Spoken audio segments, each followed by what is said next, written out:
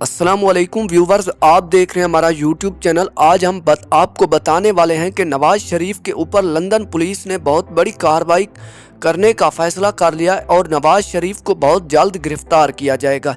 लेकिन सवाल ये पैदा होता है कि आखिर नवाज शरीफ को अब क्यों गिरफ्तार किया जाने लगा है। सबसे पहले हम आपको बताते चलें कि तस्नीम हैदर शाह, जो कि नून लीग के 5 साल से वर्कर रह चुके हैं और नून लीग की गुलामी का शर्फ हासिल कर चुके हैं, आज उन्होंने ऐसे इंकशाफात किए जिसको सुनकर सब हैरान रह गए।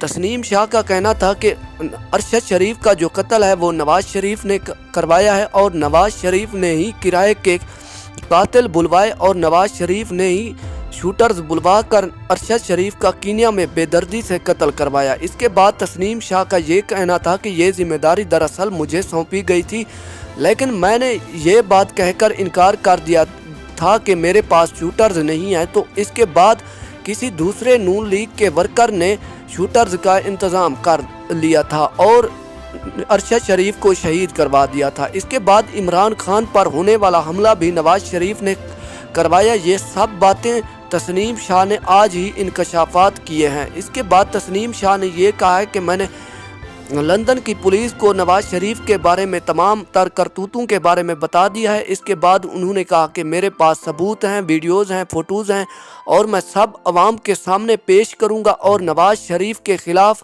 लंदन की पुलिस ने पर्चा काटा है और बहुत जल्द वो गिरफ्तारी का अमल शुरू करेगी। इसके बाद उन्होंने ये भी कहा है कि मुझे पूरी हिफाजत के साथ लंदन में रखा जाएगा क्योंकि अब मेरी जान को भी ख़तरा है।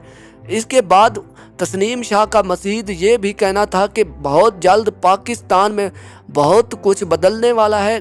दरअसल ये कत्ल इसलिए किया गया था कि मरियम नवाज़ को वज़ीर आज़म की सीट पर लाया जा सके और इमरान खान को रास्ते से हटाया जा सके।